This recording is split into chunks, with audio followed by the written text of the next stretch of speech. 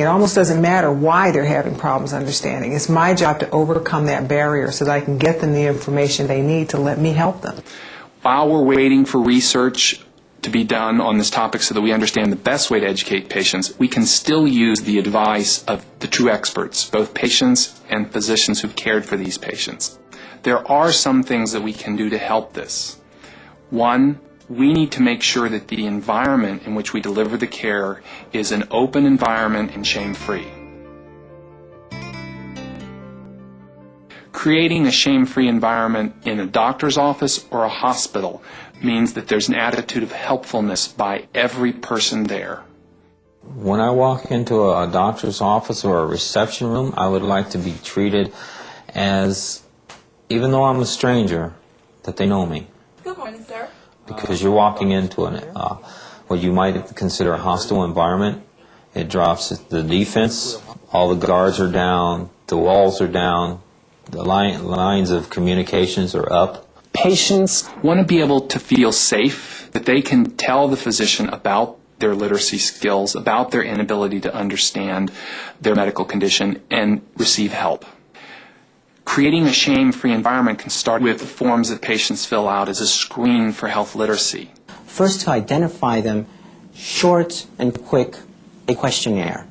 7 or 8 questions, and these are straightforward questions. I mean, we've really geared it at 5th grade level. And some of them can't answer the questions. But since the form is present on my desk, then I can immediately notice if they haven't answered the questions. So during the interview, I can bring that up.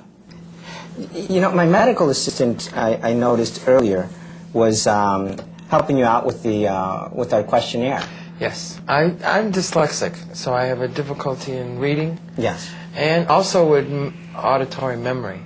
So things that I forget. So I'll ask you to, write them down, or I'll have my husband come in and whatever we discuss, so that I have a memory. When we hand a patient a form, we don't just hand them the form and then they sit down and we kind of forget about them.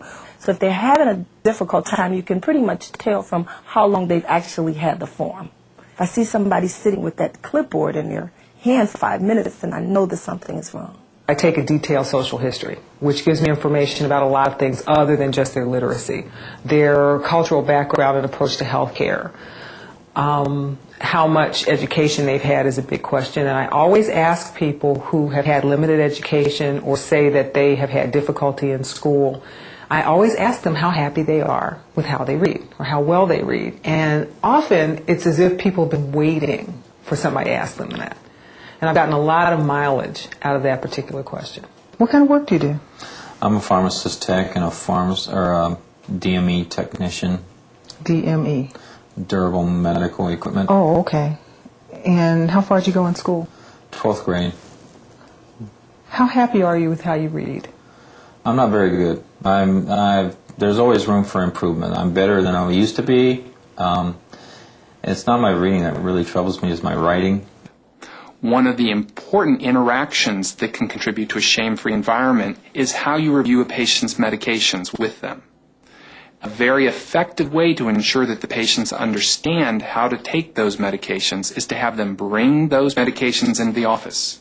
It's commonly called the brown bag test. And then I sit down with the patient and say, show me how you're supposed to take these medications. How did you get from the doctor writing you a prescription for you to getting to where you knew what pill came out of what pill bottle? I guess, I think what I did is the recognition of letters but not being able to read the word. I could recognize a letter and I knew that would be my accolade. And if they're different colors and different things, that helps. But sometimes because 2 of my pills, accolade and my tranquilizer, are the same, almost the same. They're the same color, but because of the size, I have to put them together to make sure I'm not taking 2 of the same thing. So I try to be very careful. There are times if I don't feel well, if I'm not thinking right, I'm in a hurry, I have taken the 2 tranquilizers instead of 1 accolade and 1 tranquilizer. If someone can read, they're going to pick up the pill bottle and read the label and tell you how to take it.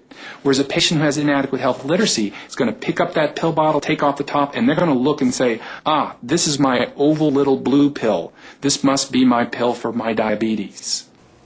I think my biggest asset is my front desk and my staff. They're very good at making sure that things happen in a timely fashion, and they can then give me a heads up about someone who they don't think can read.